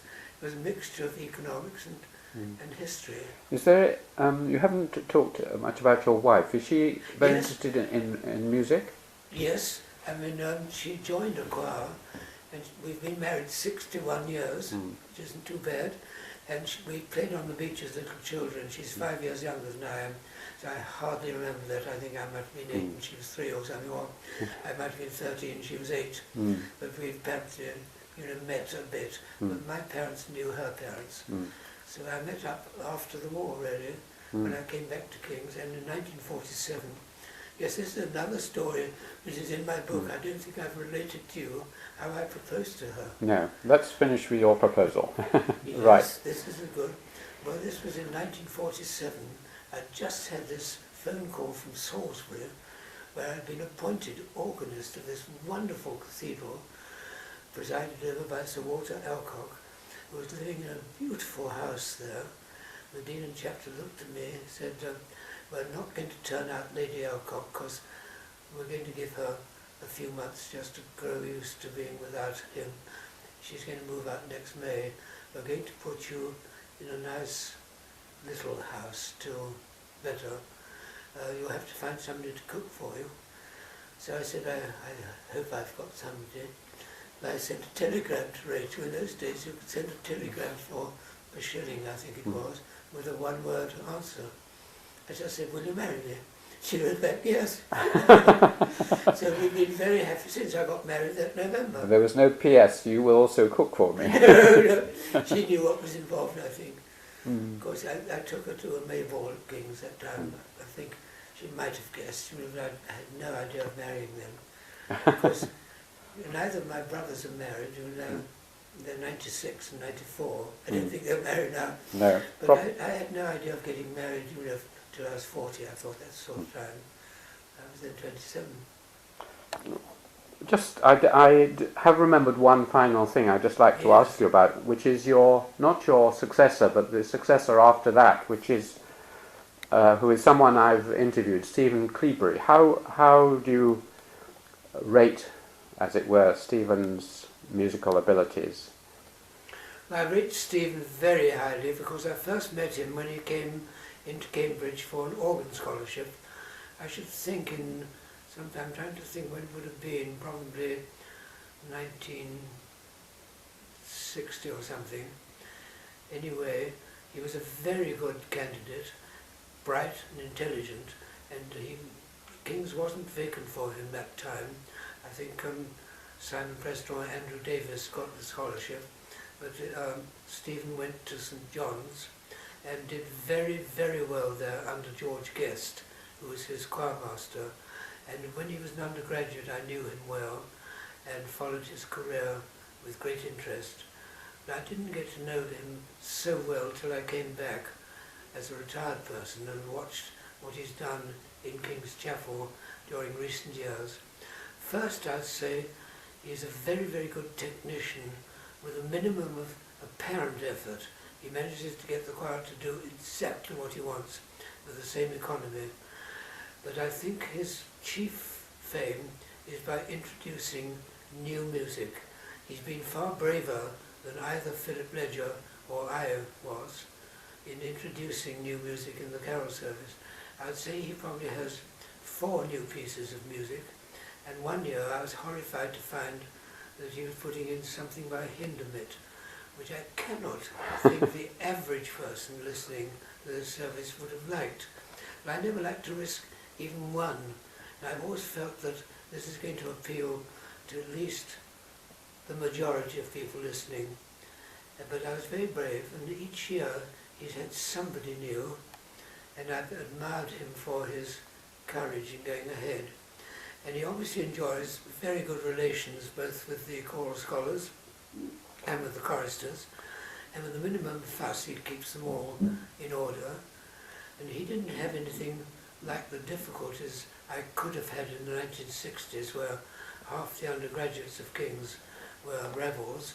I think they've been very conforming types. They've got good manners, they talk to old people like myself, they're very persuasive, and I think they all adore his ability to get so many foreign tours under.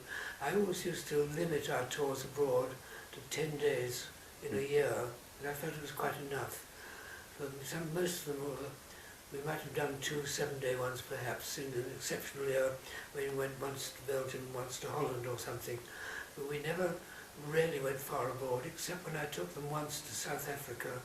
We went to Nigeria, Ghana and Sierra Leone. That was a big operation for them. And once we went to Canada, and we went to Toronto, and then to Virginia, to the Niagara Falls, and to St. Catherine's down there. Then we went to Montreal and to Ottawa, and then we went also to King Edward, King something Island, the last place before we embarked from Halifax for a return to King's. That was a long journey which they thoroughly enjoyed. But Stephen's been to the Far East and to Japan and those sort of places which I never have thought of doing. Even though I've been there myself, I wouldn't have sort of dreamt of taking them there. He's been very enterprising. I think he's, through his many recordings, he's added to King's fame enormously. People respect him outside. as far as I know, he's always had good reviews for all his records, and that's what really counts. Lovely. Well, thank you very much indeed, David, for a most enjoyable and fascinating But you life. stitch that all together. Yep, we will.